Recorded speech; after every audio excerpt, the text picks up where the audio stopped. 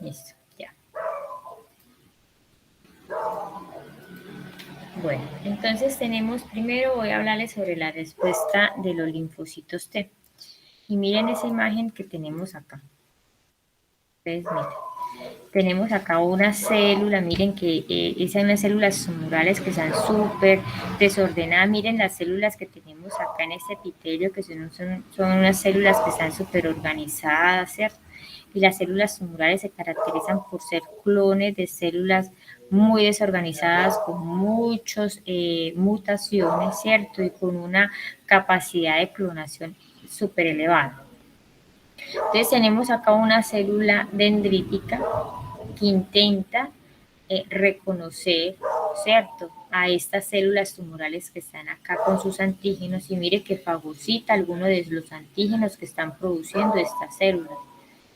Se va por el sistema linfático, ¿cierto?, para hacer la presentación al linfocito T. Mire que llega acá y hace esta presentación. Ahora, esta presentación que le está haciendo acá al linfocito T, que es un CD8, ¿cierto? Un CD8, ¿cómo se va a hacer? ¿Con qué molécula de histocompatibilidad la presenta al CD8?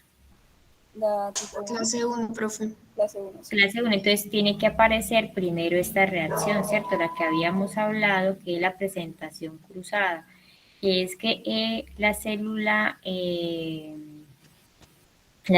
cancerígena, que mire que está acá, que tiene moléculas clase 1, miren, esta, es fagocitada por una célula dendrítica, o sea, acá en esto que no me lo están mostrando completamente, está pasando es esto, ¿cierto? Entonces, esta célula dendrítica fagocita la célula total, no solamente el antígeno, tiene que fagocitar para poder tener las moléculas clase 1 de esta célula y así poder mostrarle al CD8 con una molécula de histocompatibilidad clase 1 los antígenos tumorales. Entonces recordemos acá la reacción cruzada que tienen las células dendríticas para poder mostrar antígenos con moléculas clase 1 a los linfocitos CD8, que son los citotóxicos, ¿cierto? Entonces, bueno, entonces seguimos acá. Acá recuerden que más ampliamente está es eso, ¿cierto?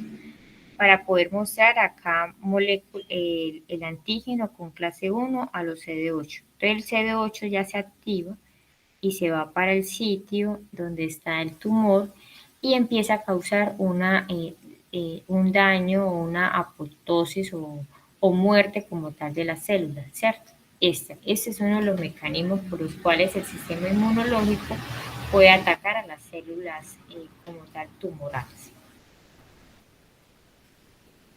Pero recuerden que pero ¿por qué nos gana el cáncer? Recuerden que mire, acá hay una y dos células. ¿Y cuántas células tumorales hay? 1, 2, 3, 4, 5, 6, 7, 8, 9, 10, 11, 12, 13, 14, 15, 16. O sea, es muy rápida la división de las células tumorales que el sistema inmunológico no da abasto para controlar como tal a las células tumorales. Y como lo vamos a ver ahorita más adelante, este antígeno que se hizo con una reacción cruzada de las células dendríticas, como estas células están mutando tanto, puede ser que este que le mostró acá, pues ya no esté. Cuando llegue este linfocito T acá, linfocito citotóxico, a reconocer cuáles son las células que tienen ese antígeno, ya estas tendrán otros, porque como están mutando constantemente, entonces ya no, el sistema inmunológico no dice, no, pues acá no está lo que yo tengo que reconocer, entonces no hace nada.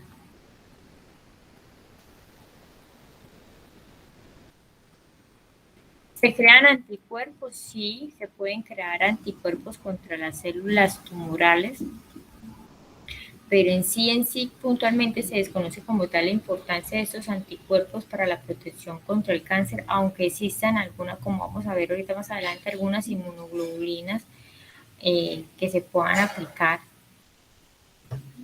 para algunos cánceres puntuales. Las células natural killer, entonces, son capaces de matar muchos tipos de células tumorales y pueden contribuir a la vigilancia inmunológica contra los cánceres. Y los macrófagos son capaces tanto de inhibir como de promover el crecimiento y diseminación de los cánceres, dependiendo de su estado de activación. Y eso lo vemos ahorita, de cómo la inflamación, en vez de, o las respuestas inmunes innatas, en vez de controlar las células cancerígenas, las estimulan para que se sigan dividiendo, y eso lo vemos acá. Miren que tenemos unas células tumorales acá. Acá existe un reconocimiento de esas células dendríticas, van y se le presentan a los linfocitos T. Los linfocitos T empieza a tener una diferenciación de células reguladoras,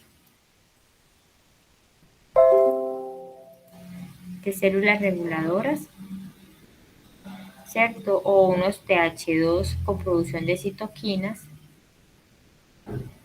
Y miren que este H2 estimula estos macrófagos, y estos macrófagos van a producir algunos factores de crecimiento angiogénico, y esos factores de crecimiento angiogénico lo que van a ir es a estimular este tumor para que siga creciendo, ¿cierto? Y por esa otra parte se puede estimular a la médula ósea para producir células mieloides. Esas células mieloides sí pueden ir, o esa capacidad de los macrófagos por esta parte se puede inhibir como tal el tumor. Entonces, por una parte, los macrófagos inhiben el crecimiento tumoral, pero por otra parte, por una respuesta inflamatoria, los pueden estimular para que sigan creciendo. Tiene como un mecanismo dual. Ahora sí, entonces tenemos las evaluaciones de las respuestas inmunes. Mire lo que yo les estaba comentando. Entonces, respuesta antitumoral. Entonces tenemos acá una célula tumoral que tiene unas moléculas de histocompatibilidad y que tiene unos antígenos, ¿cierto? Esta célula esa célula puede ser reconocida con un linfocito T específico frente a este antígeno tumoral, ¿cierto? Para que se active. Eso es lo que debe de pasar, ¿cierto? Y sería lo ideal que pasara siempre, que el sistema inmune fuera capaz de reconocer siempre ese antígeno y que acabara con esa célula maligna. Pero entonces, ¿cómo evade la respuesta inmunológica?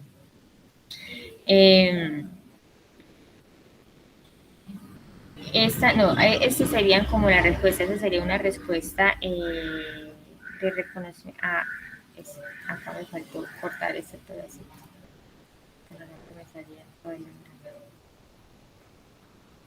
Entonces, ¿cómo evade el sistema inmunológico esto? Que se quiere que siempre sea así y que el sistema inmunológico lo reconozca y controle esas células. Pero ¿cómo las células cancerígenas se evaden? Entonces no produce antígenos. Entonces vea que hay esta célula que no quiso producir antígeno. Entonces este linfocito queda como loco y dice, no, pues yo voy a reconocer si ella no me está mostrando nada. O hacen mutaciones de los genes específicos de las moléculas de histocompatibilidad o los genes necesarios para el procesamiento del antígeno. Entonces miren, esta célula maligna tiene el antígeno, pero no tiene las moléculas de histocompatibilidad clase 1, entonces el linfocito tampoco es capaz de reconocerlo. Y esta otra, mire que el tumor también tiene la capacidad de secretar proteínas inmunosupresoras o expresión de proteínas inhibidoras de la superficie celular. Entonces, mira, tiene el antígeno, tiene las moléculas de histocompatibilidad, pero produce unas citoquinas que son inmunosupresoras que van a inhibir como tal, aunque el linfocito lo reconozca, inhiben como tal la activación del linfocito T.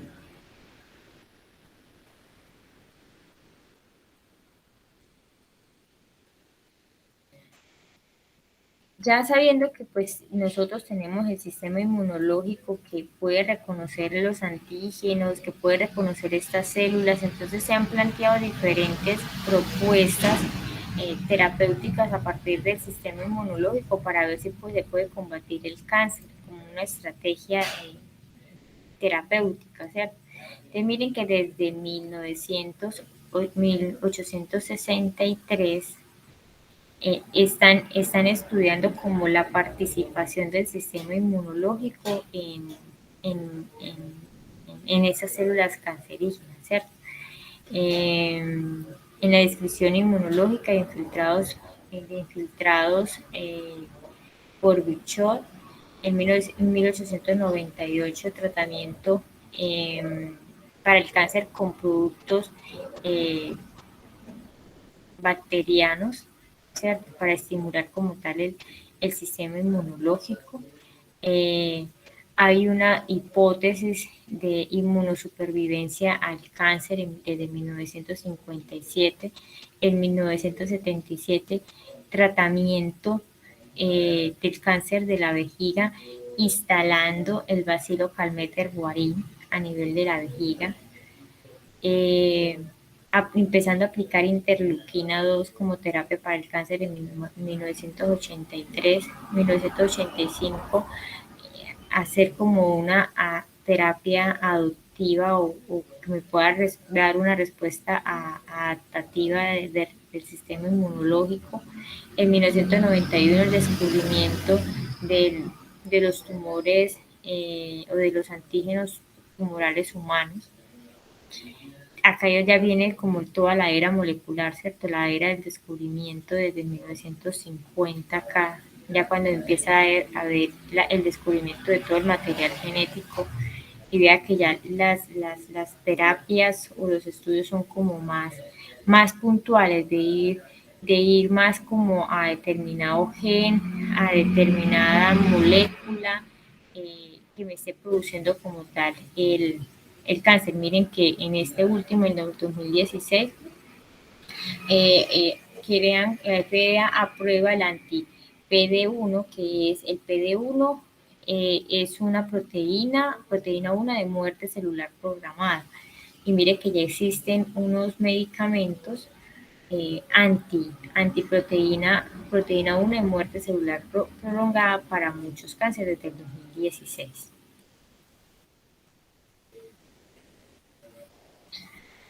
Mecanismo de acción de los anticuerpos antitumorales. Entonces miren que en el primer enunciado, aunque decían que no se conocían como tal las funciones de esta, más adelante en el texto sí hablan de estas funciones como tal.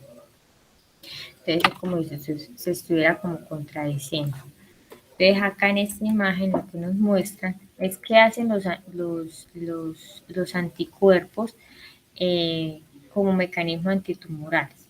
Entonces, tenemos acá un paciente con cáncer, ¿cierto? Miren que acá lo hacen en la imagen como con un tumorcito ahí. Y nos dicen que le vamos a aplicar inmunoglobulinas. Esa inmunoglobulina que nosotros le aplicamos a los pacientes, ¿qué tipo de inmunoglobulina es?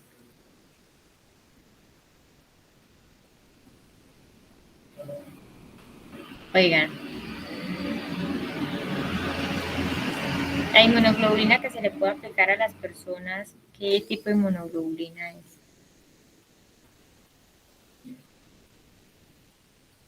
¿Alguien Profe, que la ustedes? inmunoglobulina que se puede aplicar en los pacientes. Sí. Ajá, ¿qué inmunoglobulina es la que utilizamos para los pacientes? ¿Cuál de todas? ¿Cuál de todas creen ustedes que es la que se aplica? Profe, pues no sé, me atrevo a decir que la inmunoglobulina A. No, porque la inmunoglobulina está más que todo en las mucosas. Otra. La inmunoglobulina G, profe. No, la M tampoco. La G es la La G, profe. gamma-globulina. Por eso le dicen gamma-globulina. La gamma-globulina. ¿Listo? Entonces, miren que acá esas no me parecen ni por el caso a la M. Miren que se parece a la G. ¿Sí? Entonces tenemos los anticuerpos, tenemos acá unos anticuerpos, entonces anticuerpos específicos contra un antígeno tumoral de superficie del tumor. Entonces que tenemos los anticuerpos, que los anticuerpos van a ir a reconocer a esos antígenos y que ya con ese reconocimiento antigénico, recuerden que el sistema de complemento se puede pegar a esas inmunoglobulinas y que esas inmunoglobulinas, pues con la participación de eso me puede llevar a la muerte celular. O esos mismos anticuerpos pueden llevar por su parte FC reconocimiento de células que son fagocíticas o natural killer y me pueden llevar a la muerte como tal de las células.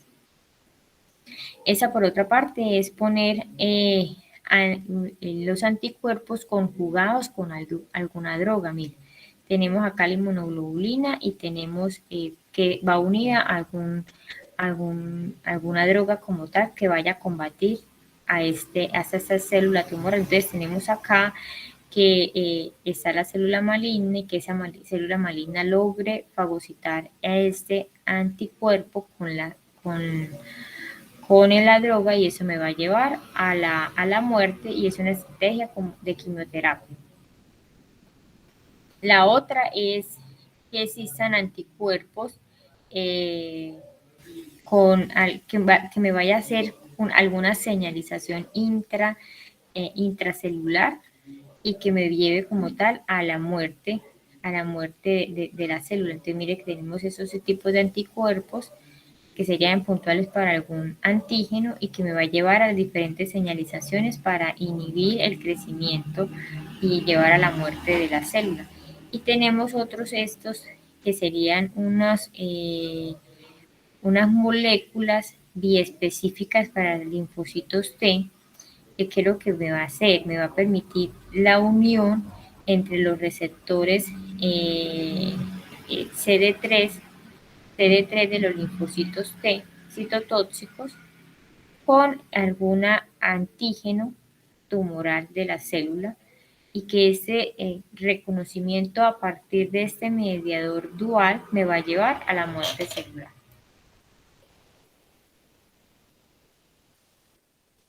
Miren que tenemos anticuerpos monoclonales antitumorales que se utilizan en diferentes tipos de cáncer. Entonces miren que tenemos anticuerpos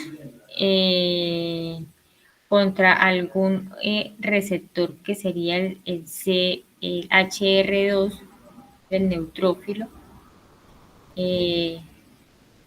¿Cuál es la fórmula del anticuerpo utilizado? Es monoclonal a partir de la especie murina humanizada y me permite ser utilizado en el cáncer como tal del mama. Esos son como los diferentes marcadores donde va a llegar el anticuerpo, ¿cierto? Están acá el CD20, CD52, el antígeno carcinoembrionario, el CA125, el gangliósido GD3. Y mire que a partir se producen los anticuerpos y me van a atacar qué tipo de cáncer, de linfoma, linfocitos B, cánceres digestivos, detección de cáncer de ovario, melanoma, neuroblastomas.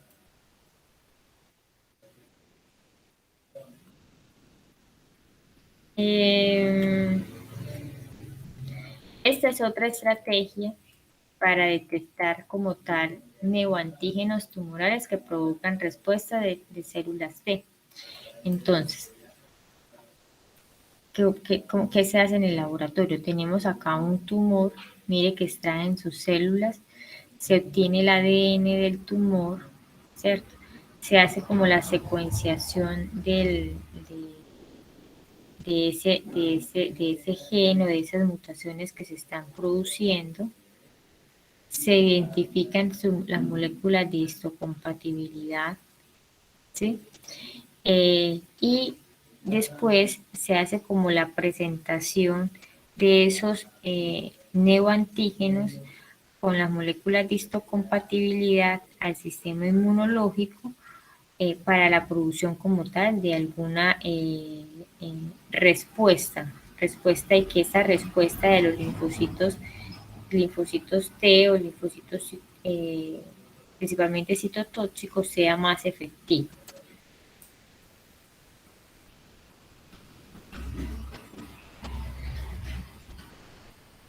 Entonces, miren que acá tenemos, bueno, eso es de la parte de como de por medio del laboratorio reconocer los neoantígenos y que con estos reconocimientos de neoantígenos se supone que mostrándose el sistema inmunológico crea una respuesta inmune. Pero recuerde que es que las dificultades de estas terapias inmunológicas es que la célula tumoral se está dividiendo muy rápidamente y esos antígenos están cambiando constantemente. Se han estudiado o se han querido realizar como vacunas para los diferentes cánceres y cuál es como el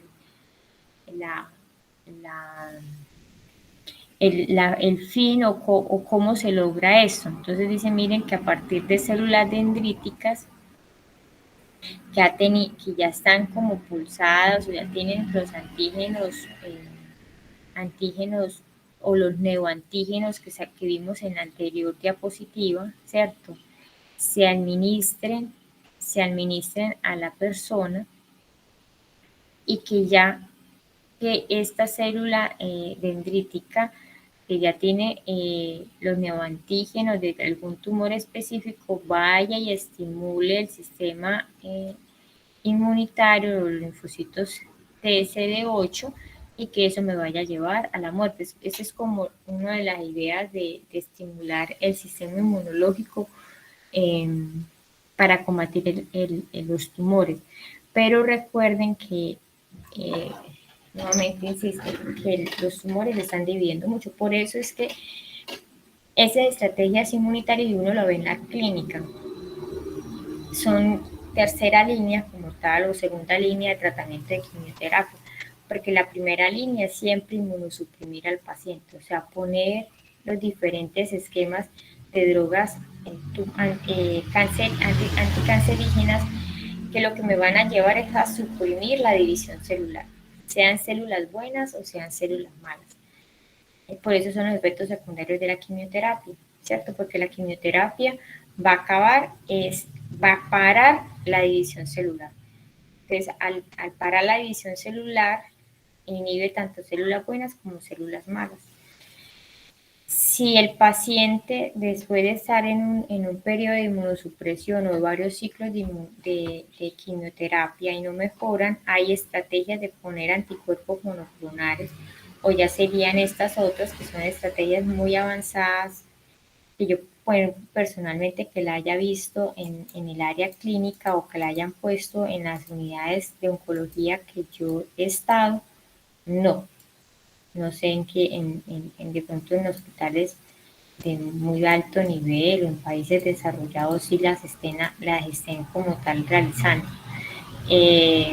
Sería fantástico, ¿cierto? Porque si uno dice, bueno, es un dilema, porque es que mira que si yo primero pongo quimioterapia y suprimo tanto las células buenas como las células malas, si yo le pongo esta, pues que tampoco voy a tener linfocitos CD8 porque es que yo le puse quimioterapéutico. Puede ser que con los poquitos que le hayan quedado, usted estimule el sistema inmunológico para que ya reconozcan esos neoantígenos y vayan y terminen y acaben con las células malignas que quedaron. Pero son estrategias súper interesantes, pues alguno de pronto se mete más adelante en investigación de su inmunología del cáncer. ¿Listo? ¿Algún tema, alguna pregunta respecto a esto? El objetivo como tal de mostrarles estas diapositivas era verles, mostrarles las características de las células tumorales, las características del sistema inmunológico para combatir a estas células tumorales y cómo estas células tumorales evaden al sistema inmunológico y por ende las terapias inmunológicas para combatir el cáncer no son la primera línea porque el cáncer supera al sistema inmunológico, las células humorales las superan al sistema inmunológico y por ende no son como tal la primera línea, pero puede ser que más adelante, en algunas décadas o algunos años, podamos tener algunas terapias más puntuales, más genómicas, más directamente a un gen, que me pueda parar como tal la división de esas células tumorales y que yo estimulando el sistema inmunológico, como lo vemos en esta imagen, pueda controlar el tumor sin necesidad de llevar al paciente a una quimioterapia que es tan lesiva, tan nociva para el resto de las células del cuerpo humano. ¿Alguna pregunta? Por mi parte no, profe. No, no hay preguntas. Entonces dejamos esto y nos vamos para el otro.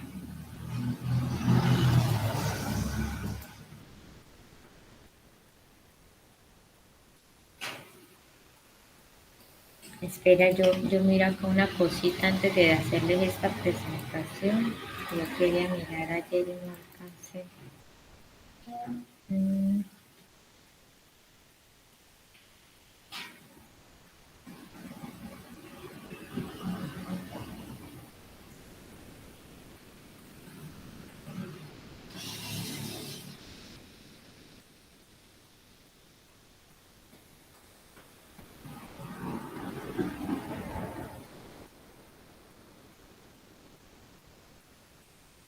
espera.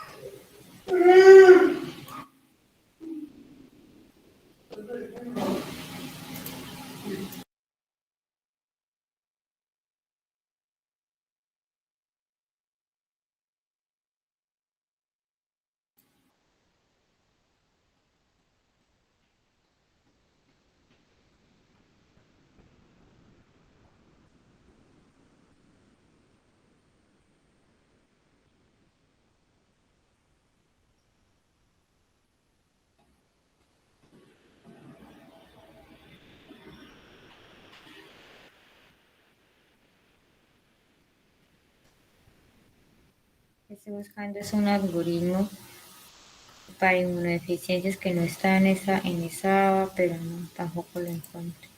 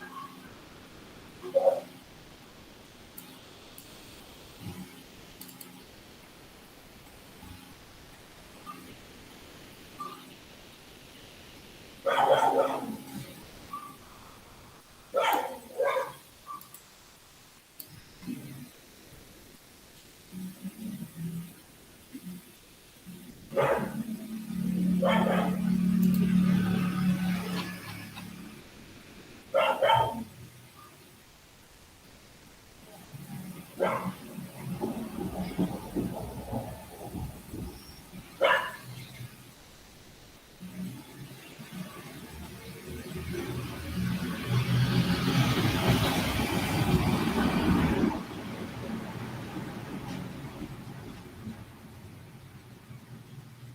me falta.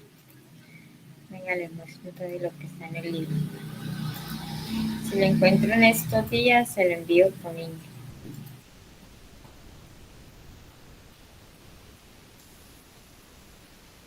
Bueno, vamos a hablar de inmunodeficiencia primaria adquirida que se encuentra ahí en el libro de Labs. Entonces, llamamos de inmunodeficiencias primarias aquellos defectos genéticos que se dan como resultado. Ay, espérame un momentico que conteste esa llamada. Espérame.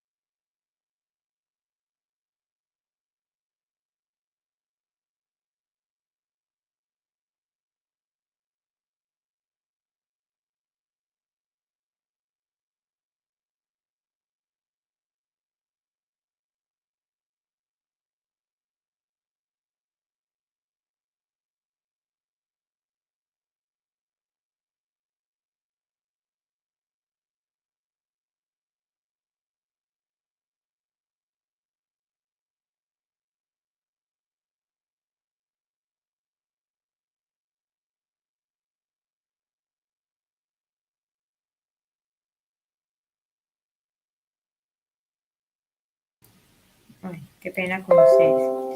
Bueno, entonces las inmunodeficiencias primarias tienen unos defectos que son genéticos y dan como resultado una mayor susceptibilidad a las infecciones y que esas infecciones se manifiestan más que todo en la primera infancia. La incidencia en Estados Unidos, que ha hecho sus estudios, es de una en 1.200 o una en 10.000. Miren que no es que sea lo más frecuente que uno vaya a encontrar.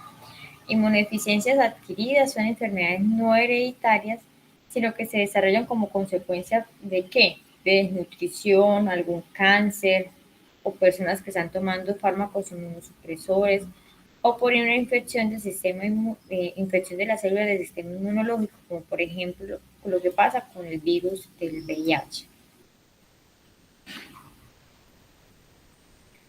Entonces tenemos que cuando se afecta la inmunidad humoral, existe la probabilidad de que la persona presente infecciones por bacterias encapsuladas. Pueden formarse pus y algunos pueden tener infecciones por algunos virus. Bacterias encapsuladas como cuáles, por ejemplo, neumococo y Haemophilus influenza o meningitis.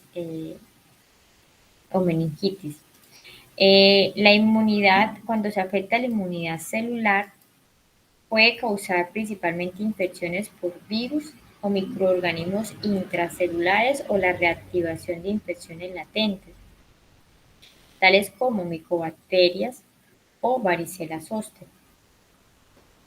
Y cuando existe una deficiencia combinada, o sea que hay deficiencia tanto humoral como celular, los pacientes son susceptibles a cualquier clase de infección o por cualquier microorganismo, sea este viral, bacteriano, extracelular o intracelular.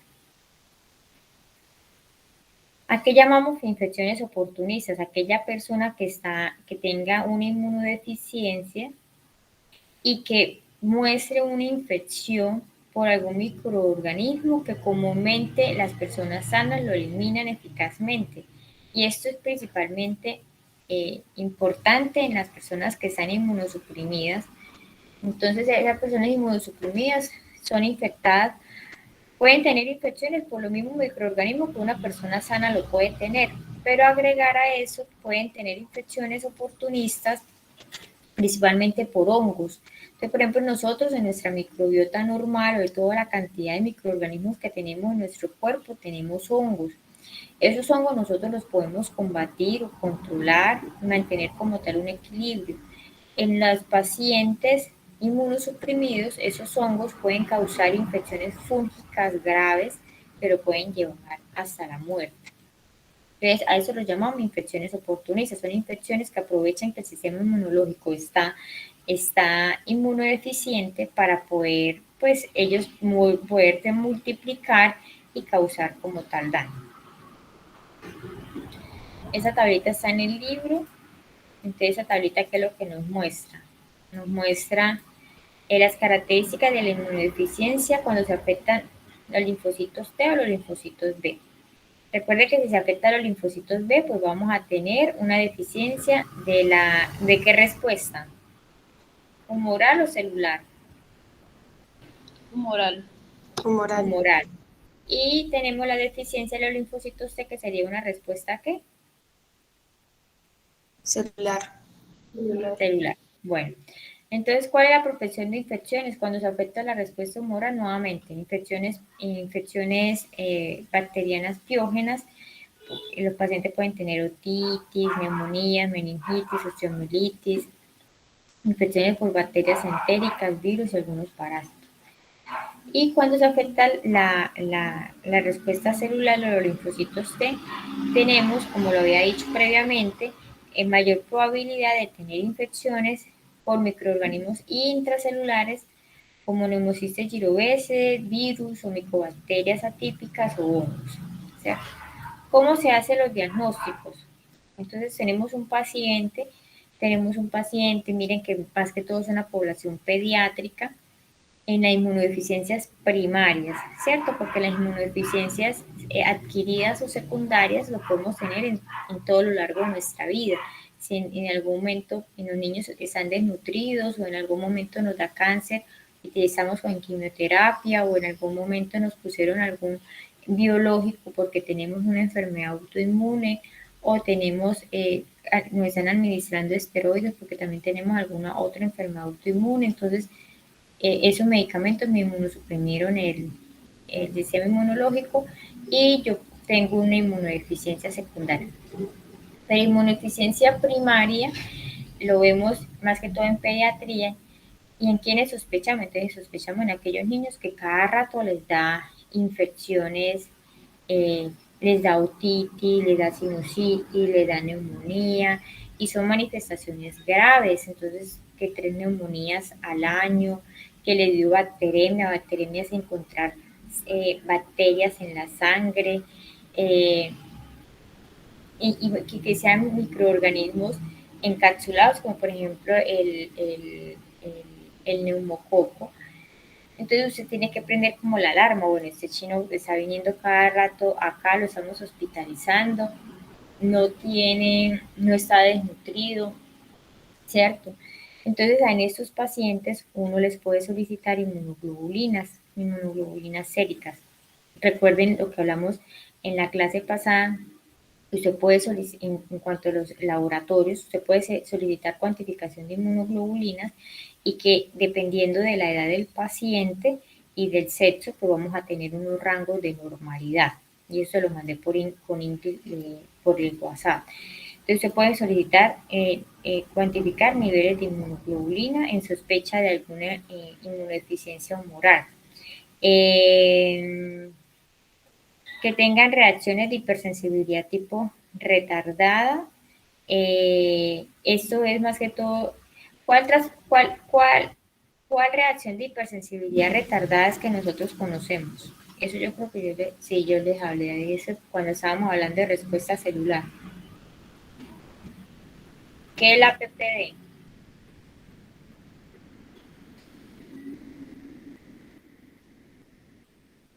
¿Qué es la PPD?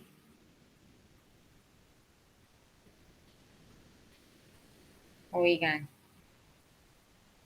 Profe, ¿no era la liberación de citoquinas después de un primer contacto con algún alérgeno? No. Profe, lo de la tuberculina. Ajá, bueno, entonces, ¿qué es eso? ¿Qué es la PPD?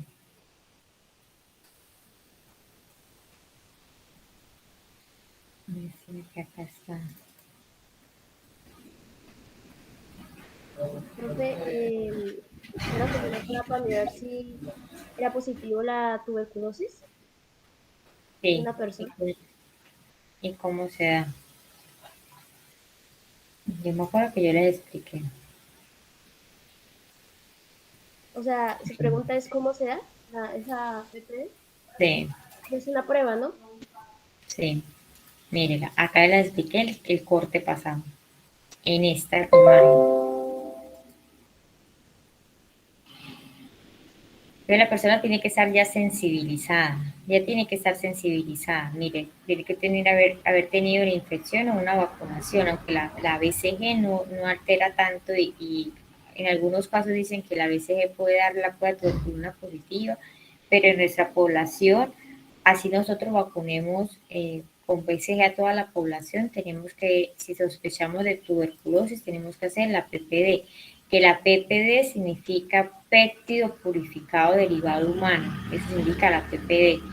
Entonces uno pone una inyección intradérmica del antígeno microbiano que sería de la micobacteria bovis. Esa reacción con ese antígeno me va a llevar, si hay una respuesta retardada, me va a llevar a la presencia, mire, se llega a la presencia de las células endoteliales, miren, se acumulan neutrófilos alrededor de las vénulas postcapilares, se infiltran linfocitos e inmunocitos, y las células endoteliales se vasodilatan, entonces hay permeabilidad de fibrinógeno en los sellos y se convierte en fibrina y en edema, y hay una provocación de una induración, y esa induración es la que se lee en 48 horas, no se mira lo rojo porque no es una respuesta de alergia, es una respuesta de hipersensibilidad retardada, que yo estimule el sistema inmunológico para que me lleguen células acá, a atacar lo que yo les estoy poniendo y eso me va a producir un edema. El edema es lo que voy a tener como lectura para mirar si la PPD es positiva. Si la PPD, entonces hay unos parámetros, si están en 5 milímetros, de 5 a 10 o más de 10 milímetros, y eso depende del contexto del paciente para decir que tenga la PPD positiva o no el paciente. En los pacientes que están inmunosuprimidos, acusación supresión de una inmunodeficiencia, mire que estamos acá hablando en esta otra diapositiva,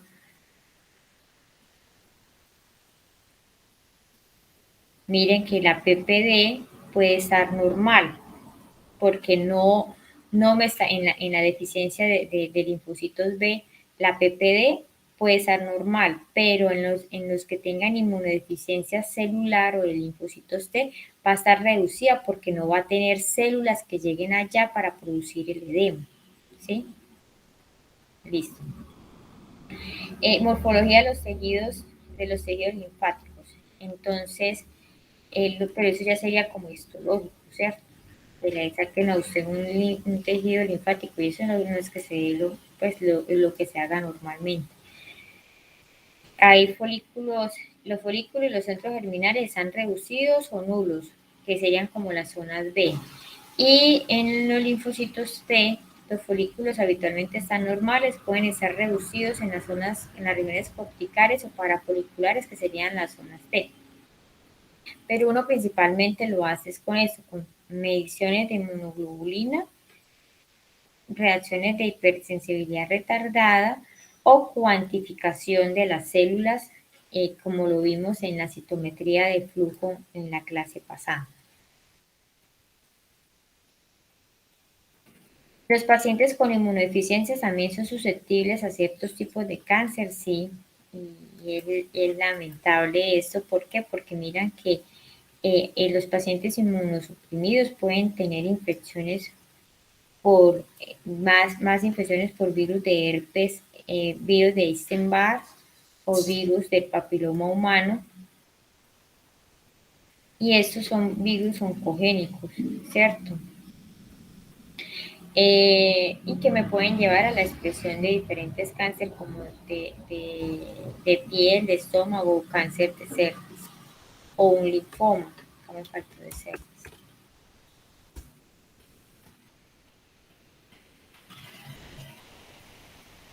Sí, listo. Las inmunodeficiencias primarias, entonces vamos a hablar puntualmente de ellas, las que son congénitas.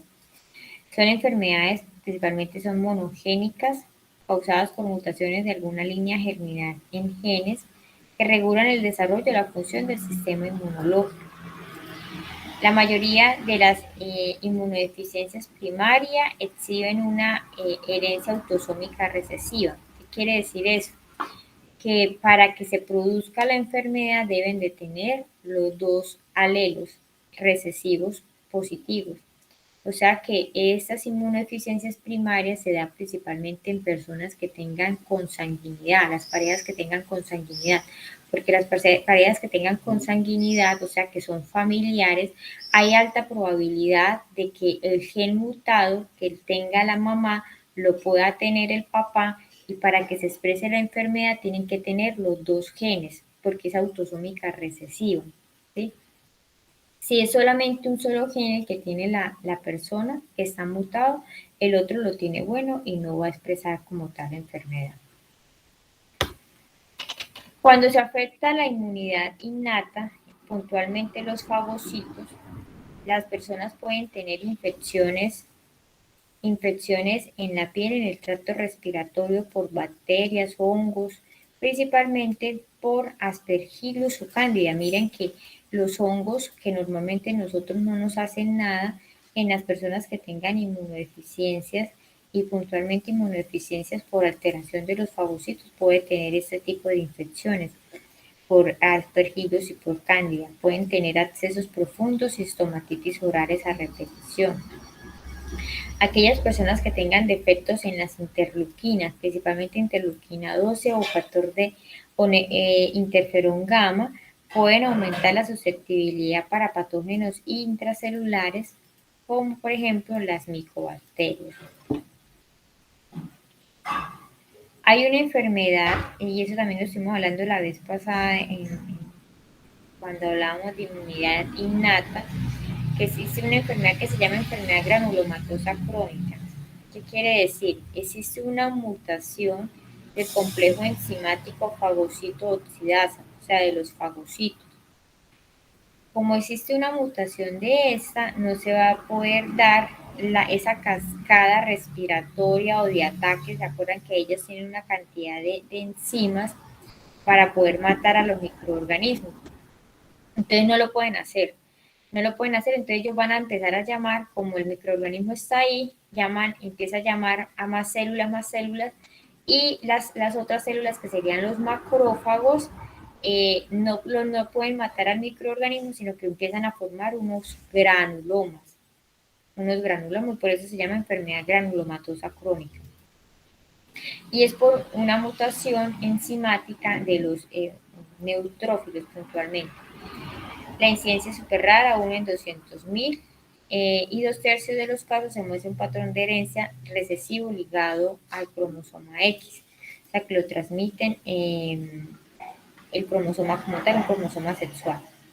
Los pacientes se caracterizan por infecciones por hongos, bacterias, como estafilococo, y eso principalmente en la primera infancia. Pueden tener infección invasiva por Aspergillus, y eso puede llevar a la muerte.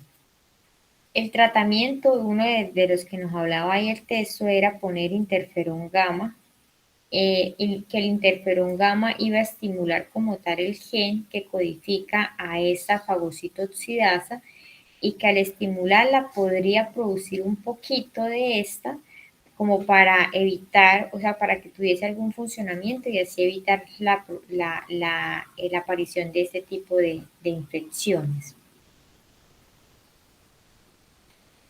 Mire que también existen deficiencias en la adhesión de los leucocitos.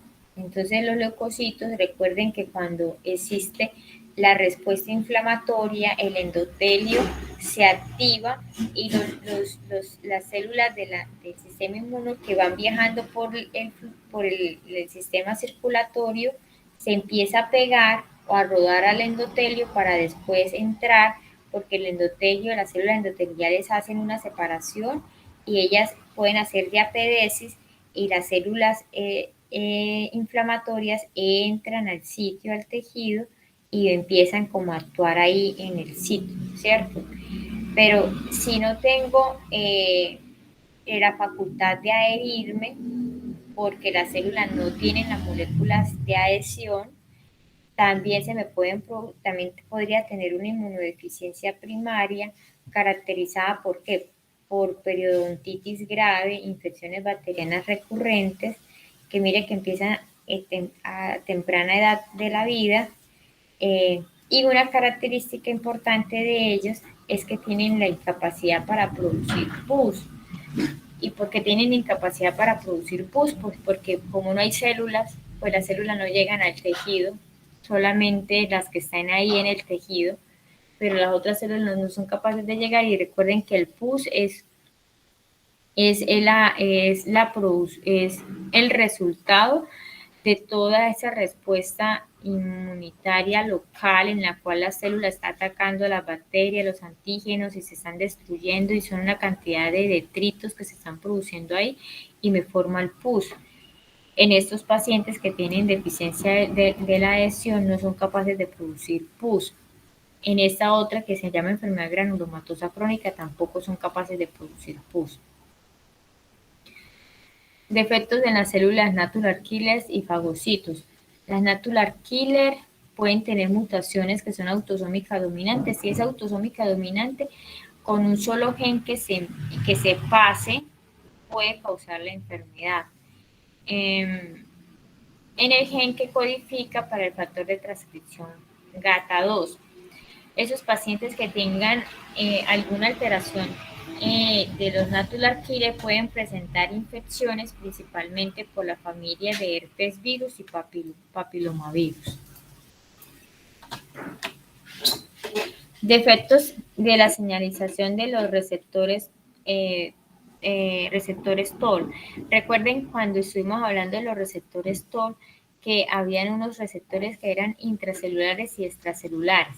Entonces, puntualmente TLR3, miren que se encuentra a nivel intracelular y que algunos virus como los virus de herpes, generan transcripciones de ARN bicatenario, que estos cadenas moleculares son reconocidos por esos TLR, ¿cierto? Pero si yo tengo una mutación y no lo tengo, pues el virus no va a ser reconocido, las cadenas moleculares no van a ser reconocidas y el virus se va a seguir dividiendo y multiplicando hasta causar enfermedades graves como una encefalitis por herpes. La otra es defectos de la interleuquina 12 o factor o interferón gamma, que también lo estoy comentando previamente, que cuando se afectan estas vías, los pacientes son más susceptibles a tener infecciones por micobacterias. ¿Micobacterias cuáles? Como Mycobacterium avium, como Mycobacterium casei o Mycobacterium fortuitum, que son micobacterias atípicas. No solamente con la Mycobacterium tuberculosa. Defectos en el desarrollo esplénico. Entonces recuerden que el vaso es un órgano muy importante en la inmunidad humoral y en el reconocimiento de células de microorganismos encapsulados. Entonces, si existe un defecto en el cual no se produjo el vaso, hay ausencia como tal del vaso, que sería asplenia. Yo voy a tener una predisposición a tener infecciones por bacterias encapsuladas, principalmente por Streptococcus pneumoniae. Inmunodeficiencia combinada grave. Entonces son pacientes que tienen la deficiencia tanto humoral como celular, ¿cierto? Ese paciente va a tener infecciones que van a ser graves, van a tener neumonías, meningitis, bacteremia que pueden poner en peligro su vida. Pueden tener infecciones por microorganismos intracelulares como el Pneumocystis jirovecii, que se lo puede llevar a una neumonía grave. Pueden tener infección por varicela. Recuerde que la varicela en las personas inmunocompetentes les dan unas vesículas, algo de malestar general y ya. Esas personas que tienen inmunodeficiencia pueden tener infección grave por varicela porque les puede dar meningitis, neumonía, ¿cierto? Por la misma varicela.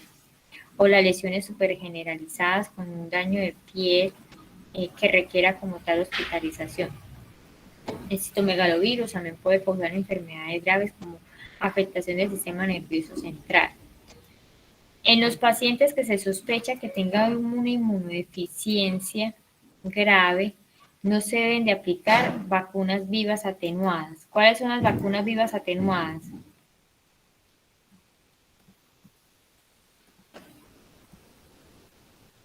Hola.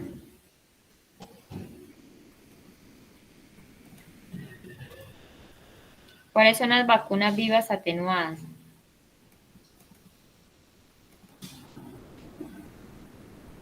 ¿No? ¿Ninguno? Pero eso En se lo vimos las a la que en las que se inocula el, pues, ¿Cuáles? no sé, Nombres. digamos, virus o lo que sea. ¿Cuáles? Nombres. Ah, Profe, la triple viral, Amarilla, Triple viral, ¿cuál más? la polio oral, ¿Cuál? polio oral, profe. La Polio, BCG, profe, o el BCG, rotavirus, la varicela, rotavirus, fiebre amarilla. varicela, fiebre amarilla. Ujú. Bien. Entonces, en esos pacientes no se les puede aplicar este tipo de vacunas, ¿cierto? Las vacunas vivas atenuadas. Esta imagen es para mostrarles que miren que las mutaciones pueden ser muchísimas, pueden ser muchas. Menos mal eso no es lo más común, porque es que miren que desde donde está la célula madre, lo que veíamos en las primeras clases, que recuerden que hay diferentes secuencias para producir los linfocitos, tanto CD4, los CD8 y los linfocitos B, que hay unos prelinfocitos, que hay unos linfocitos inmaduros, linfocitos maduros, y que siempre que hay una cantidad de genes involucrados para su desarrollo. Entonces miren toda la cantidad de posibilidades de mutaciones que existen que me pueden afectar el desarrollo de células de la inmunidad como tal madura, o sea, que lleguen hasta su estado de madurez. Son muchas las mutaciones que se pueden producir. Menos mal, no son las enfermedades más comunes, sino para que ustedes lo tengan en cuenta. Pueden existir muchísimas mutaciones que me puedan llevar a una inmunodeficiencia celular o humoral, sí. Este es uno de los síndromes que siempre es como uno de los clásicos de inmunodeficiencia celular, que es el síndrome de George. El síndrome de George se caracteriza por un defecto en la línea media. Entonces, como afecta la línea media, afecta el timo. Y si afecta el timo es el centro donde se maduran los linfocitos T. Entonces, va a tener una inmunodeficiencia celular o humoral. Celular. Va a tener una inmunodeficiencia celular, ¿cierto? Entonces, como también puede afectar la glándula paratiroidea, también me puede causar alteraciones del calcio, ¿cierto? Entonces, son pacientes que se caracterizan por infecciones recurrentes, aparte de que tengan un fenotipo particular. Mira, lo buscamos acá.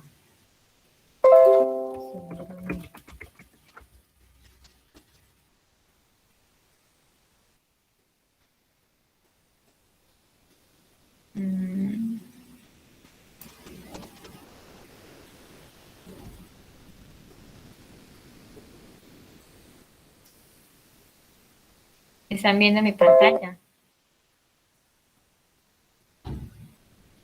Sí, profe. Sí, profe. Ok, mira.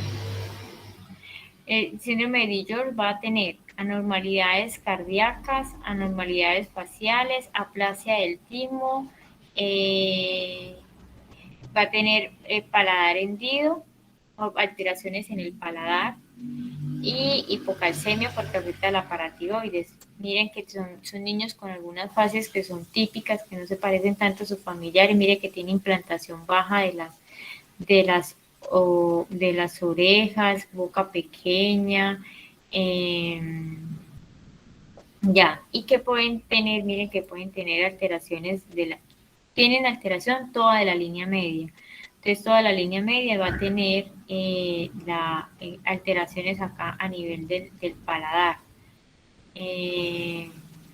Pero no hay como un fenotipo puntual. Miren que pueden tener con mucha expresión de George.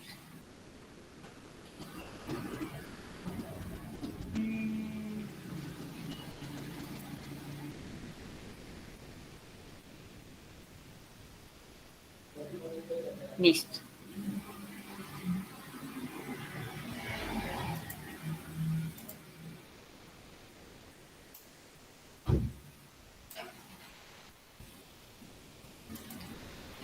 Entonces son pacientes a tener infecciones por micobacteria, por virus y por hongos.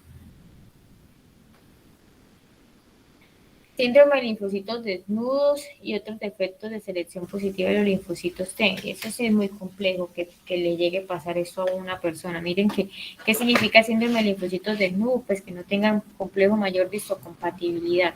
Entonces, las células presentadoras ustedes no van a tener complejo mayor de histocompatibilidad. Y va a ser muy complejo entonces para poderlo hacer la presentación como tal, antigénica, ¿cierto? Entonces, hay una alteración o a una predominante afectación a las moléculas de isocompatibilidad clase 2, porque las de clase 1 pueden estar normales o ligeramente disminuidas. Quienes no los presenten, recuerden las células presentadoras de antígenos, los linfocitos B, los macrófagos, las células dendríticas, ¿cierto?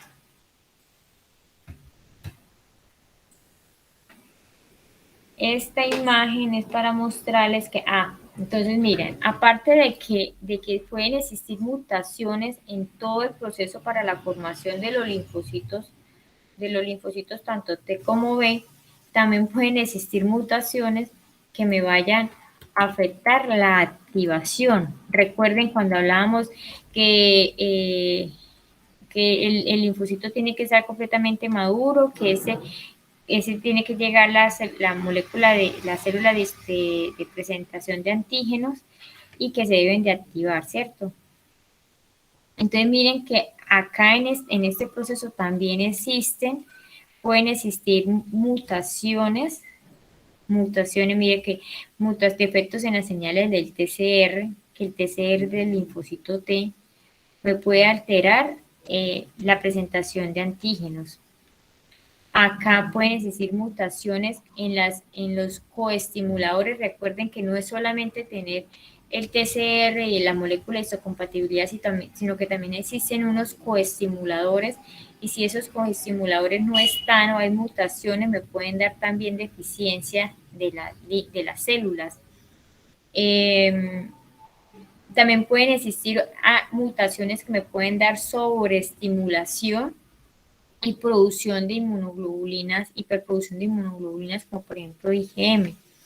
O no se activa el linfocito B adecuadamente y no me pueden dar las diferentes subtipos de inmunoglobulina, como por ejemplo inmunoglobulina A. Acá en la presentación, acá que el linfocito T está activando una célula presentadora de antígeno, una célula dendrítica. Mire que la célula dendrítica, para que vaya al linfocito CD8, también necesita una expresión de moléculas que dependen de ciertos genes, y si esos genes están mutados también me va a afectar la presentación o la activación de los linfocitos CD8.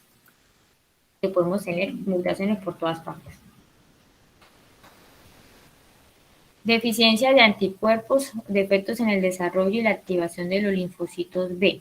Entonces a esto lo llamamos agamaglobulinemia y es principalmente una enfermedad ligada al cromosoma X.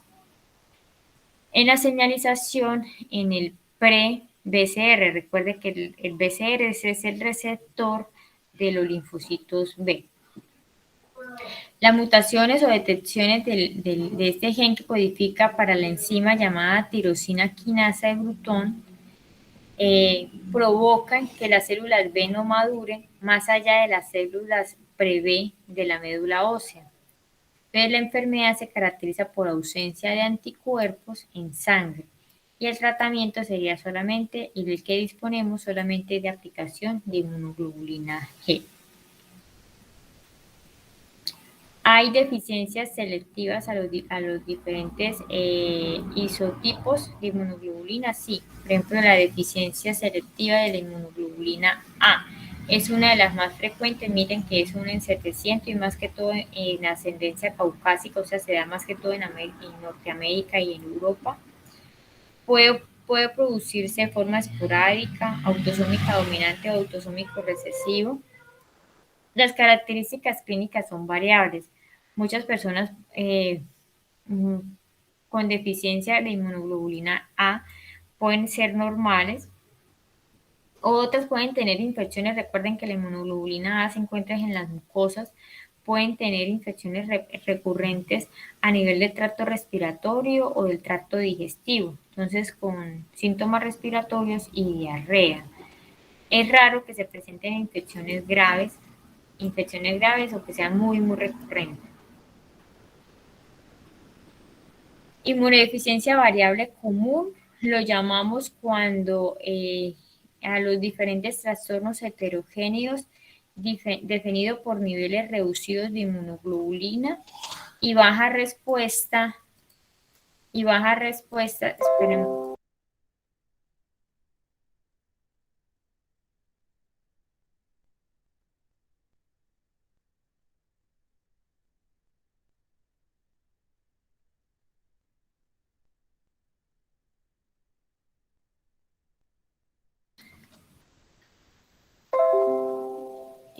Bueno, entonces acá tenemos una disminución de los anticuerpos a nivel sérico y una pobre respuesta de anticuerpos para infecciones y para las vacunas, con una mayor incidencia de infecciones. Esta es una de las inmunodeficiencias más comunes que se pueda descubrir en adolescentes y en adultos jóvenes. El diagnóstico es un diagnóstico de exclusión cuando se haya descartado alguna inmunodeficiencia primaria, principalmente humoral, y el diagnóstico se da porque tiene niveles bajos de inmunoglobulina G en suero, disminución de inmunoglobulina M y A, y que tenga una mala respuesta a las vacunas.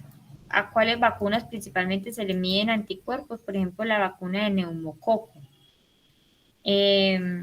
Descartándose causas genéticas conocidas como hipogamaglobulinemia.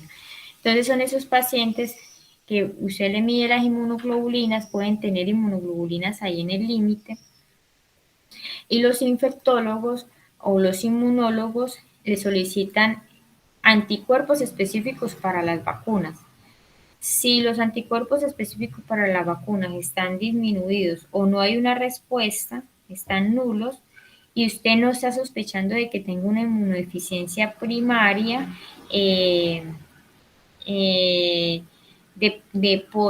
características genéticas como las que vimos previamente, que son más graves, puede englobar al paciente en una inmunodeficiencia variable común, donde el tratamiento como tal estaría también igual como la otra, que sería agamaglobulinemia, sería poner inmunoglobulina G, porque es la única que disponemos para poner, no existen las otras.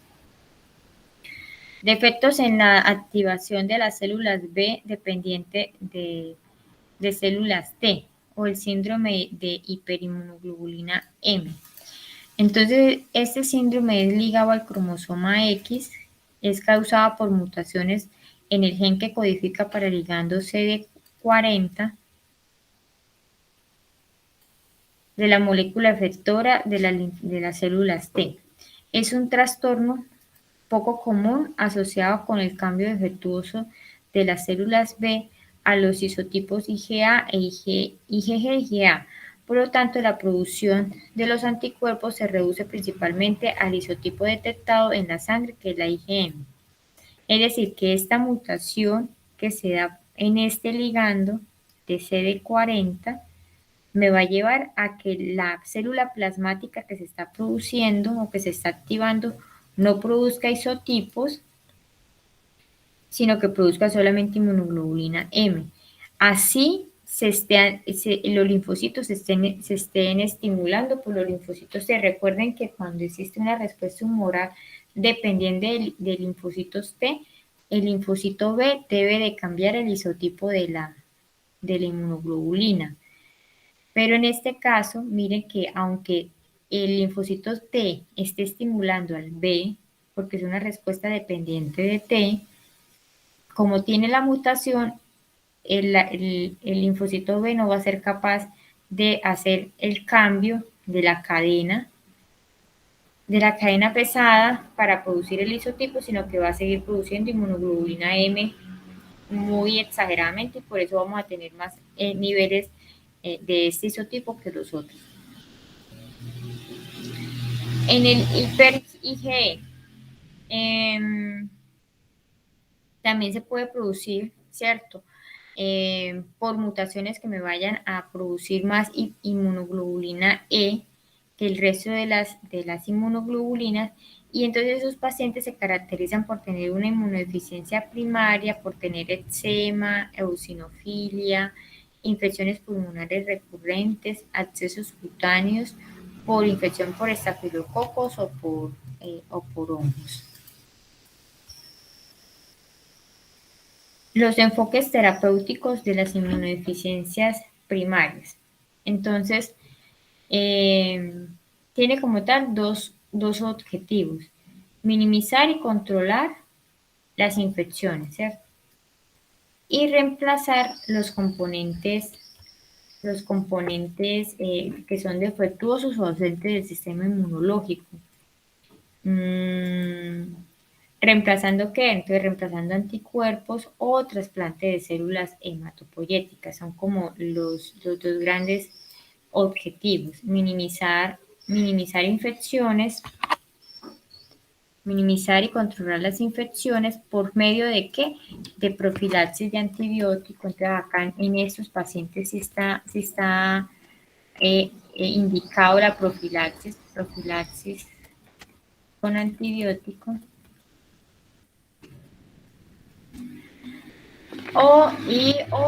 Y reemplazar los componentes defectuosos o ausentes poniendo anticuerpos o poniendo células, ¿cierto? Poniendo anticuerpos, recuerden que eso se llama inmunidad pasiva. ¿A quienes se les ponen la gamaglobulina? Entonces, se le ponen a los pacientes que tengan agamaglobulinemia, a los pacientes que tengan una inmunodeficiencia común variable o que tengan una inmunodeficiencia combinada común, en la cual es afectada tanto la inmunidad humoral como celular. Esto de la terapia como tal, y eso me parece chévere acá, la terapia ideal para los trastornos genéticos de los linfocitos es reemplazar el gen defectuoso de la célula madre autorrenovable. Entonces, recuerden lo que les mostraba en la imagen de los diferentes genes que pueden ser defectuosos, pero lo ideal sería como reemplazar ese gen, ¿cierto? Y que eso ha tenido como eficacia, pero pues eso no es que se encuentre, pues yo personalmente nunca lo he visto. Los principales obstáculos de la terapia génica sigue siendo las dificultades para purificar las células madre autorrenovables, que son el objetivo ideal de la introducción del gen reemplazado, y para introducir genes en las células para lograr la expresión estable y duradera de alto nivel. De ahí el problema. Entonces, mientras tanto, lo que uno más ve, ve en esos pacientes que están inmunosuprimidos, que tengan inmunodeficiencia primaria, es poner antibiótico para que no les dé infecciones y poner gamma globulina. Ya si está en algún estudio o si está en algún centro súper avanzado y se puede poner, reemplazar esos genes de las madres autorrenovables, pues fantástico. Ya en inmunodeficiencias secundarias o adquiridas, entonces recuerden que las deficiencias del sistema inmunológico son debidos a otras causas que no son genéticas y que se pueden adquirir durante todo el largo de la vida. Pueden ser secundarias a qué, a desnutrición, a inmunosupresión por medicamentos, a cáncer, a alguna infección viral o a una esplenectomía. Que la persona le sacaron el vaso, porque tuvo algún trauma y que le sacaron el vaso. Dentro de la más importante y la que resaltaba el libro era el virus del VIH.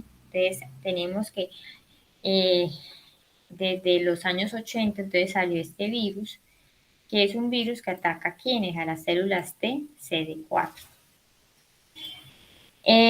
Aunque otras células pueden albergar el virus, como macrófagos y células dendríticas, los que más se ven afectados son los linfocitos CD4 activados. Entonces acá tenemos una imagen del virus del VIH. Entonces miren que tiene una estructura de una bicapa, que tiene unas glucoproteínas en su superficie, que sería la glucoproteína 120 y la glucoproteína 41, que en su parte interior tiene la transcriptasa inversa, que va a permitir que esa molécula de ARN pase a ser ADN en el citosol de la célula. Tiene unas proteasas, tiene una integrasa para unir estas moléculas después de que se forme el ADN, poderla integrar en el ADN de la célula. Tiene una cápside interna que tiene una proteína que se llama proteína 24. Tiene unos receptores que me van a permitir como tal, pues esta glucoproteína 41 y 120 son las que se unen a los receptores de las quimiosinas de los linfocitos CD4. En la matriz interna, pues en la parte interna tiene otra glucoproteína que se llama la proteína 17. Entonces, ¿qué es lo que pasa?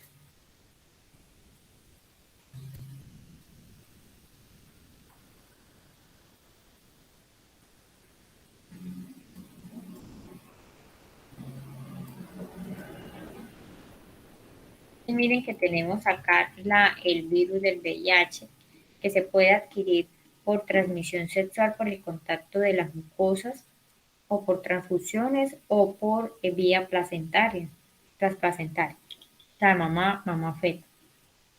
Entonces llega el virus, y el virus con sus glicoproteínas 41 y 120 se une a los receptores de las quimiosinas de los CD4, se fusiona las membranas, saca su material genético.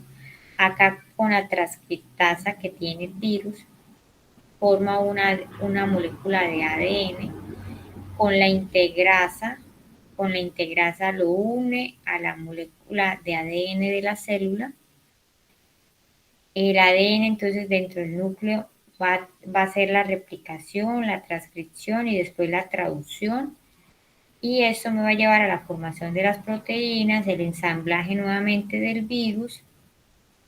¿Listo? Y después salida como tal del virus a circulación, y después otra vez vuelve y empieza el ciclo. Entra otro CD4, lo mismo, y vuelve y sale.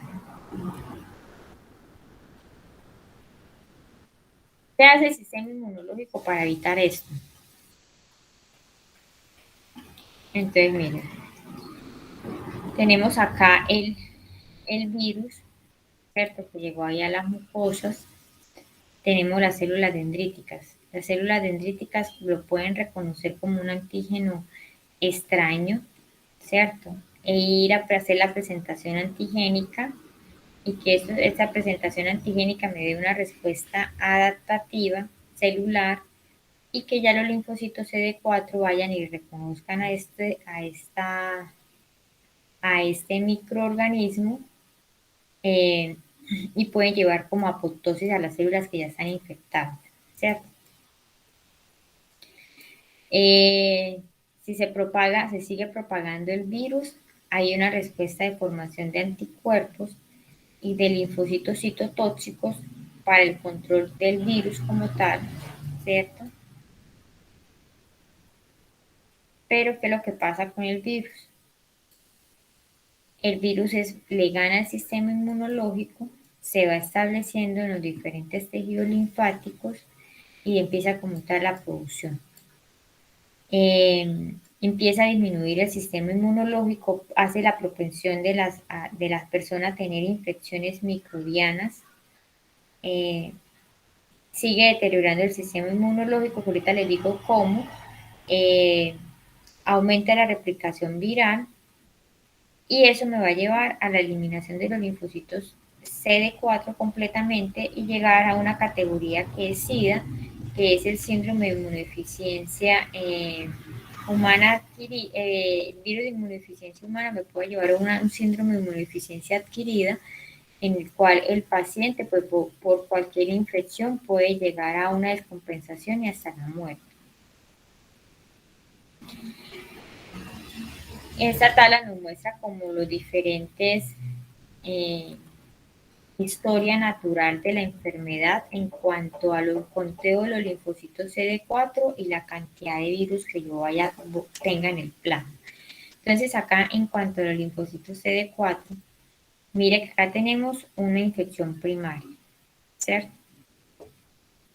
Tenemos acá la infección primaria y vemos cómo los CD4 empiezan a disminuir. Miren que va empezando a disminuir, y la cantidad como tal de virus empieza a diseminar, ¿causando qué? Causando síntomas constitucionales cuando ya los linfocitos o los niveles de linfocitos B ya hayan disminuido significativamente, empezar enfermedades oportunistas o muertes. Miren que para que se produzca como tal la muerte por la inmunodeficiencia adquirida por el VIH pueden pasar varios años.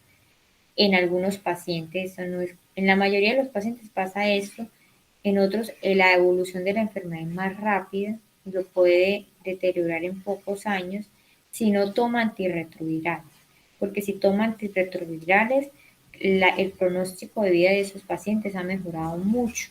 Pero si no toma ningún antirretroviral, la probabilidad de muerte en los próximos 10 años o menos de 10 años puede fallecer ese paciente.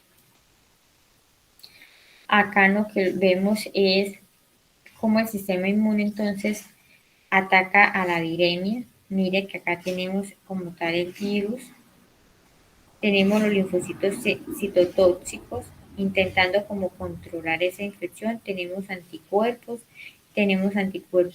contra las diferentes glucoproteínas, miren que lo controlan, que sería como esta parte acá, ¿cierto? Lo intentan controlar.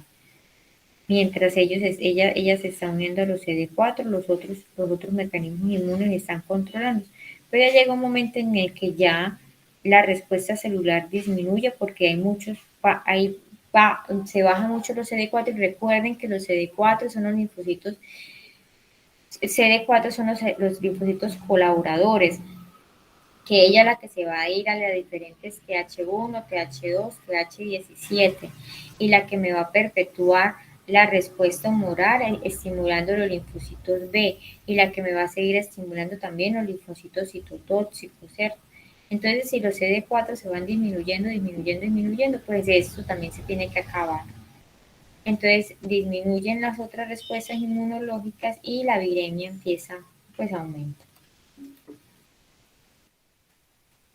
¿Por qué los linfocitos se disminuyen?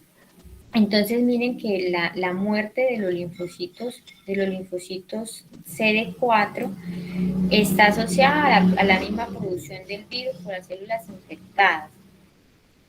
Entonces, en el proceso de producción del virus, la expresión de glucoproteína 41 en las membranas plasmáticas, la gemación de las partículas virales, pueden conducir a un aumento de la permeabilidad de la membrana plasmática, al influjo de cantidades letales de calcio intracelular, y eso me puede llevar ¿qué? A la muerte, a la apoptosis o lisis osmótica, ¿cierto? Y el virus sale de la célula, pero la célula muere. La producción viral puede interferir en la síntesis de las proteínas propias celulares, porque como se está sintetizando son principalmente las proteínas del virus, se deja de producir proteínas de la célula propia del CD4 y eso me va a llevar a la muerte celular. El tratamiento para el virus del VIH es con los antirretrovirales, ¿cierto? Entonces los antirretrovirales, ¿qué es lo que hacen? Inhibir como tal esa multiplicación de la célula a partir de qué? De inhibición de la transcriptasa, inhibición de la integrasa, inhibición de la unión a los correceptores de los linfocitos CD4. Y el tratamiento es con varios medicamentos de diferentes mecanismos de acción. Eso me ha ayudado a mantener unos niveles de carga viral bajos y que los CD4 se mantengan en niveles normales o óptimos y que esos pacientes tengan un pronóstico de vida aún mayor, ¿cierto? ¿Qué es lo que el mundo está esperando y que todo el mundo está esperando? Es que se produzca una vacuna, ¿cierto?, contra el virus. Pero ¿qué es lo que ha pasado? El virus, así como el cáncer, muta. Entonces, al mutar, cambian los antígenos y entonces, si uno crea una vacuna contra un antígeno, pues ya no va a servir, así como está pasando con el COVID. Entonces, tenemos una vacuna contra un antígeno y entonces ese virus va a seguir mutando, entonces la vacuna ya no va a servir para después. Dice, si no se atenúa bueno, entonces hay una preocupación porque pues es un virus, el virus del VIH, que todo el mundo le tiene pánico y terror. Si usted hace una vacuna de virus atenuada, ¿cierto? El dilema es que no sea completamente atenuada y que le produzca un VIH al paciente. Entonces, esa es otra de las limitantes para la vacunación. Y la mayoría de las vacunaciones actuales son vacunas, mira, que no son vivas atenuadas, sino son subunidades recombinantes de los diferentes como estructuras del virus para formar anticuerpos altamente neutralizantes para las glicoproteínas que se encuentran en la cápside del virus, ¿cierto? Eso es lo que como que es lo que se está dando el boom y lo que posiblemente pueda salir en algunos años, que salgan vacunas que son recombinantes, o sea que serían unas vacunas, sí, recombinantes, no son vacunas vivas atenuadas, sino son recombinantes, que me vayan a estimular el sistema inmunológico para producir anticuerpos contra ciertas glucoproteínas del virus para que lo neutralicen. Esperemos que en algún año salga, tengamos esa dicha. Ya. ¿Alguna pregunta? Profe, pues yo tengo una pregunta con algo que se ha mencionado al inicio sobre el cáncer, que las personas pues con quimio ellos son suprimidos, ¿sí? Que puede llegar cualquier microorganismo oportunista. Entonces, yo le quería preguntar ¿eso pasa como en todos los tipos de cánceres o pasa O sea, ¿qué cánceres es más riesgoso que la persona contraiga algún microorganismo? Pero mira que el problema del cáncer, si usted deja avanzar el cáncer lo mata porque hace metástasis. Entonces esa metástasis hace disfunción orgánica. Entonces, por ejemplo, si el paciente hace una metástasis a nivel pulmonar, pues puede causar insuficiencia respiratoria y llevarlo a muerte. Si causa metástasis a nivel cerebral, puede llevarlo a sangrado o trombosis o una ACV y puede deteriorar la calidad de vida del paciente. Ya, eso como tal en el cáncer. El problema es que con el cáncer, cuando usted lo diagnostica como personal de salud, usted quiere atacarlo y usted quiere ayudarle a ese paciente para que sobreviva. Entonces, a todos los cánceres, si no están en un estado avanzado de la enfermedad, o bueno, así estén en enfermedad avanzada, usted le pone quimioterapia. Y la quimioterapia, como lo dije anteriormente, la quimioterapia lo que va a hacer es parar la división celular, para la división celular tanto de células buenas como de células malas o tumorales. Pero al parar la división celular, y lo que hemos visto en ese curso de inmunología es que el sistema inmunológico es un sistema que está constantemente dividiéndose, constantemente dividiéndose. Entonces, son de las primeras líneas de células que se afectan. Entonces, esos pacientes van a tener inmunodeficiencia adquirida por los quimioterapéuticos y les puede dar cualquier tipo de infecciones oportunistas.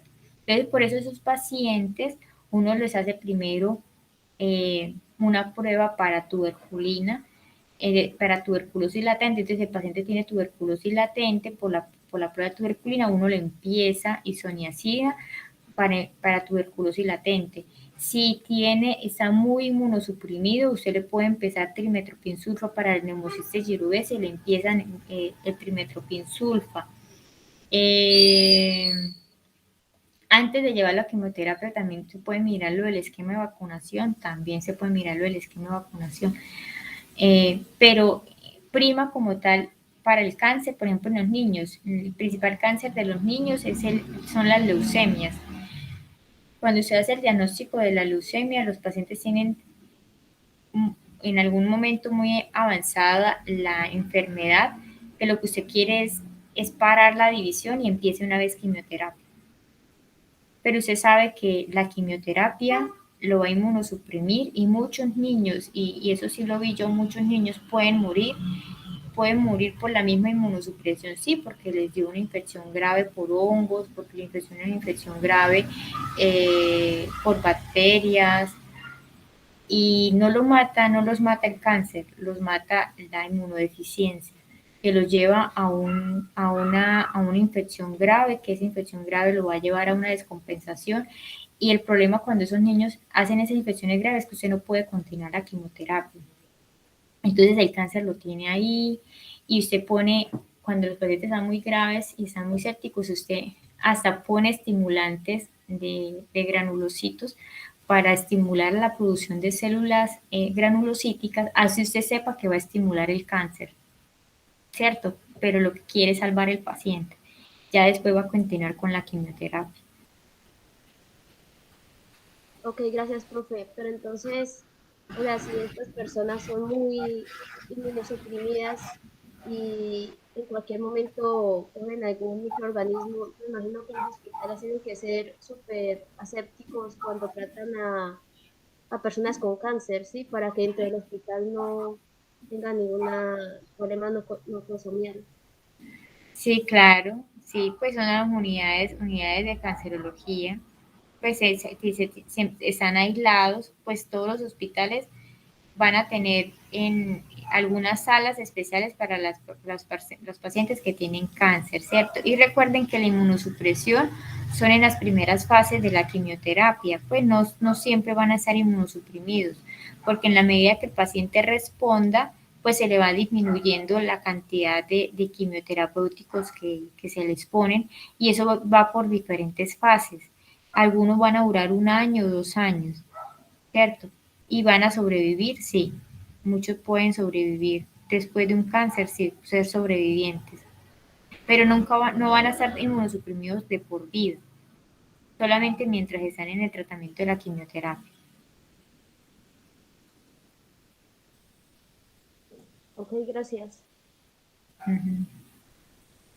¿Alguien más? Profe, una pregunta. Entonces, una vez ya pasan la fase de la quimioterapia, ¿de qué forma como que los médicos aseguran que ellos vuelvan a recuperar su sistema inmune? Porque pues claramente se va a ver afectado. Sí, Lo del factor estimulante. no, porque ustedes hacen un hemograma y en el hemograma ya no está en pancitopenia. Recuerde que usted puede hacer, pues con un hemograma usted puede mirar que ya haya respuesta de la línea blanca. Entonces, por ejemplo, ya aumentaron los monocitos, empezaron a aumentar los leucocitos, los neutrófilos, los linfocitos, la línea roja por los hemogramas. Profe, pero ¿eso lo hace el paciente solo o también es con medicamento después de quimioterapia? No, el paciente solo porque usted ya deja de ponerle quimioterapia y la médula ósea tiene que responder. Ah, vale, profe, gracias. La médula ósea tiene que responder.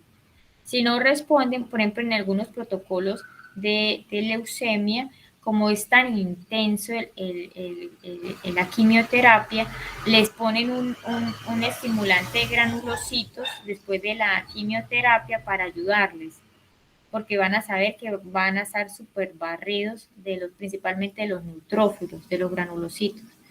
Entonces les ponen un estimulante de colonia de granulocitos. Pero eso tiene que tener algunas indicaciones puntuales, porque es que si usted le está poniendo un estimulante también de granulocitos, y si no está en remisión el paciente, pues se le puede activar también la división de las células cancerígenas. Dale, profe, gracias. ¿Alguna otra pregunta?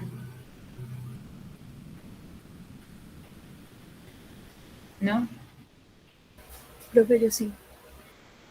Dime. Esto, o sea que hasta para saber que si ya el paciente se recupera o no, entonces se mantienen haciendo como hemogramas o algo así para saber si hasta ese punto llegan las quimioterapias o cómo es. No, porque depende del cáncer que le descubrieron a la persona.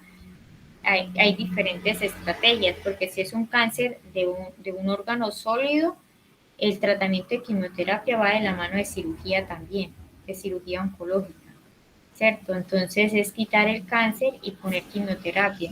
Si es leucemia solamente de células sanguíneas, es quimioterapia. Y eso hay unos protocolos establecidos de tratamiento, o sea, como te digo, o sea, ellos vienen en diferentes bloques. Entonces, fase intensiva, fase de mantenimiento y fase de resolución. Y tienen unos tiempos estipulados para poner quimioterapia y para hacer análisis de marcadores tumorales, por ejemplo, el que yo le dije, el de alfa-fetoproteína o antígeno carcinoembrionario, de hacer imágenes, si es un tumor sólido, hacer imágenes, hacer marcadores tumorales, hacer gamografías para ver si hay metástasis. ¿Qué más hay en tumor sólido? Principalmente eso. Y en cáncer, en leucemia, entonces se hace evaluación del sistema nervioso central con función lumbar, sacar el líquido cefalorraquídeo y mirar, sacar médula ósea y mirar que no hayan células malignas en médula ósea. Y sangre periférica, y hacen inmunohistoquímica en la médula ósea para mirar que no hayan producción de células malignas como tal, pero es un seguimiento, no solamente es con hemograma, ¿no?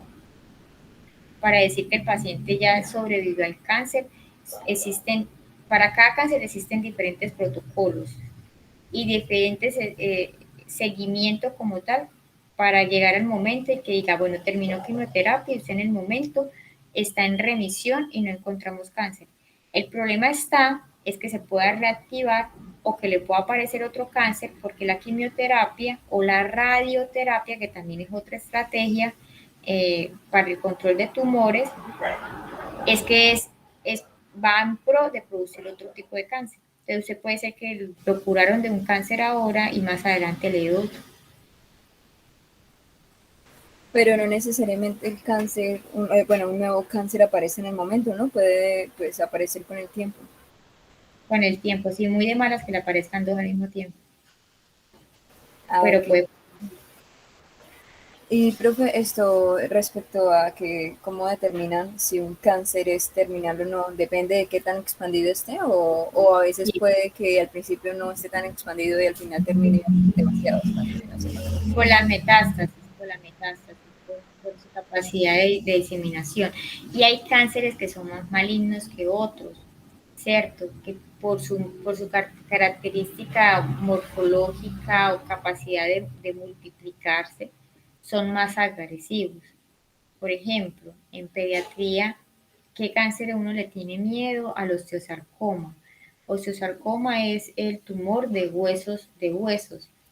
El osteosarcoma le hacen, como es un tumor de célula, un tumor de órgano sólido, le tienen que hacer quimioterapia. Primero, antes, cuando se hace el diagnóstico del cáncer, el médico tiene que hacer la evaluación de que no haya metástasis para poder clasificar al paciente.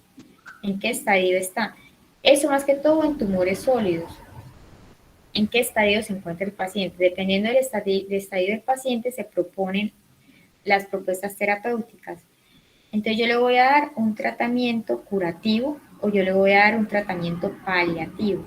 Paliativo en aquel paciente que ya tenga diseminación del cáncer y que usted sepa de que por más quimioterapia que usted le vaya a poner, la historia natural de la enfermedad va a llegar a la muerte. O curativo cuando usted sabe que el tumor solo está localizado en esta sola área y que usted puede hacer quitarlo y poner quimioterapia. Y que usted hace seguimiento posterior de esos pacientes y por ejemplo en esos pacientes hacen mucho seguimiento con gamografías. Las gamografías le determinan a usted si hay metástasis en otros órganos. En osteosarcoma, si hay metástasis a nivel pulmonar, ya con ese paciente, pues quimioterapia solamente es quimioterapia paliativa y son casos muy duros porque son cánceres muy letales que llevan a la muerte al paciente. No hay una estrategia curativa.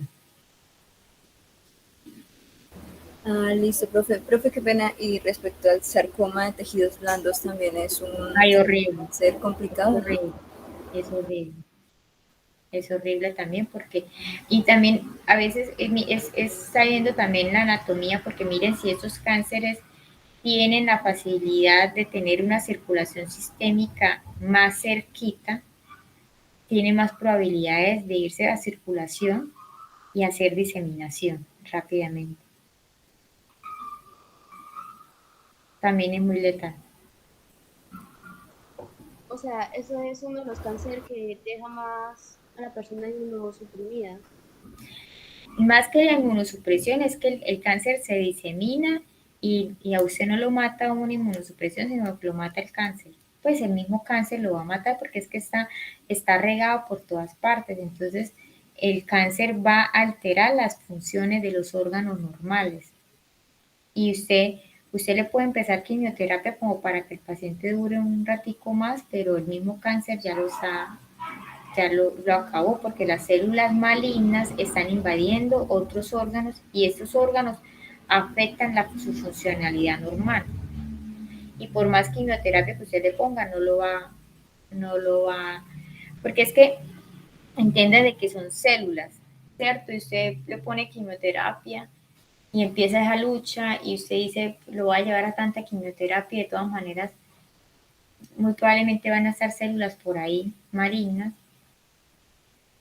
Y así usted diga, tuvo resolución del tumor grande, si el paciente ya hizo metástasis, ya hay siembras en otras partes y ahí sí es muy difícil. Controlar, aunque sea una sola célula, es como controlar una sola célula. Y que una célula, un clon de célula tumoral por ahí a la loca, ella sigue a la loca y más adelante pues va a formar otra vez el tumor, entonces no.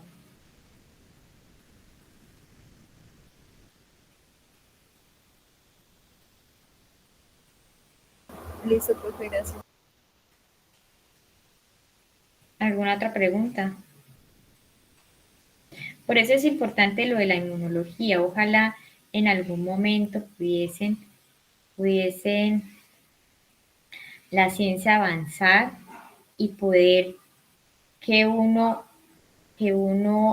logre parar el cáncer a partir de la inmunología, más que la quimioterapia. El problema es que las células nos ganan porque esas células se multiplican muy rápido. Entonces,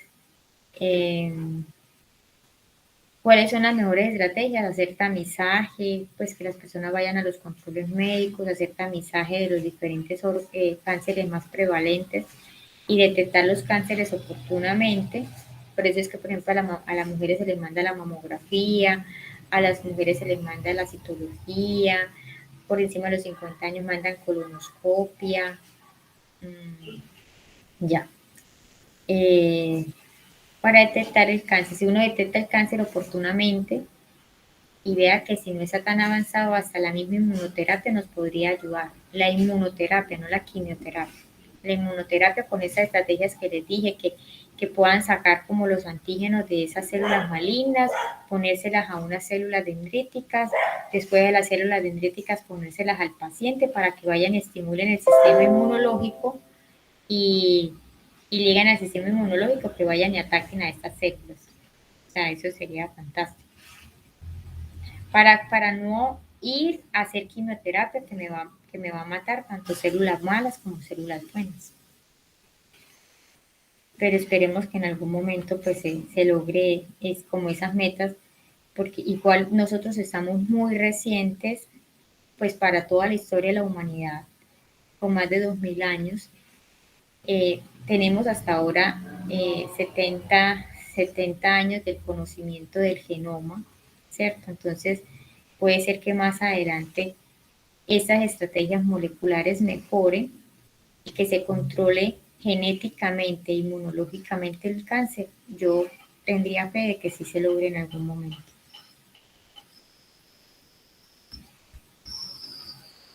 Listo. Profe, qué pena esto. Otra pregunta que me surgió ahorita. Hay como, digámoslo así, como exámenes o chequeos, digámoslo así, como anualmente para las personas para saber si tienen cáncer o no, o siempre sucede como de manera espontánea que pues tienen algún tipo de dolor o algo así, así se detecta. Tamizaje, mire, tamizajes para cáncer, está el cáncer, para cáncer de mama, las mujeres mayores de 50 años, que es la mamografía. Tamizaje de cervix, las mujeres se tienen que hacerse citología después de los 20 años de edad o detección del virus de papiloma humano. Detección de cáncer de colon. Las personas podrían hacerse colonoscopia después de los 50 años, pero eso también hay que agregarles si las personas han tenido familiares con cáncer de colon y que sean familiares de primer o segundo grado. ¿Qué otro tamizaje existe para cáncer? Profe, también está el de próstata, ¿no? Creo que el es de de los 40. No, después también de los 50, pero se hace principalmente el tacto rectal para mirar la consistencia de la próstata, para evaluar la consistencia de la próstata y después le miran si se tiene que hacer el antígeno prostático o no. Ya esos son los únicos que hay. Y de resto, pues si la persona tiene alguna sintomatología extraña, síntomas constitucionales que son pérdida de peso, sudoración nocturna, fiebre recurrente, pues hay que consultar al médico. Pero tamizajes solamente para eso, cáncer de mama, cáncer de cuello uterino y cáncer de próstata, de que recuerde yo, y cáncer de colon. Ya. En pediatría, no existe tamizaje, o que yo voy a estar haciendo hemogramas para mirar si en algún momento este niño me va a hacer una leucemia. No existe. Hay que estar muy pendiente de los hermanos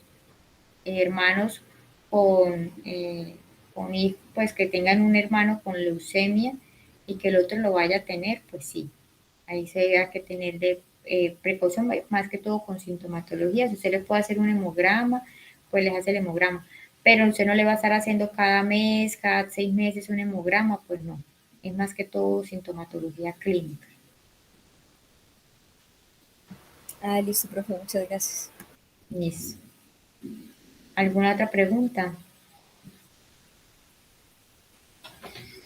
Listo, entonces quedamos listos para el parcial. El parcial queda para la próxima semana.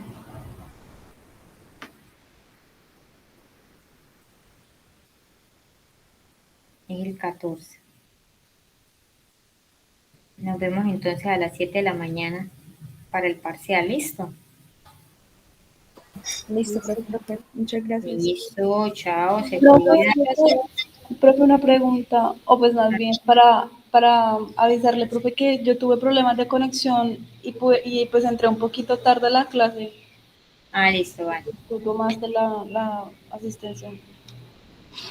Vale, Listo. profe. Gracias. Chao, se cuidan. Hasta luego, Hasta profe, que luego, esté bien. profe. Hasta Chao, luego, Gracias. Hasta luego, profe. chao, juiciosos.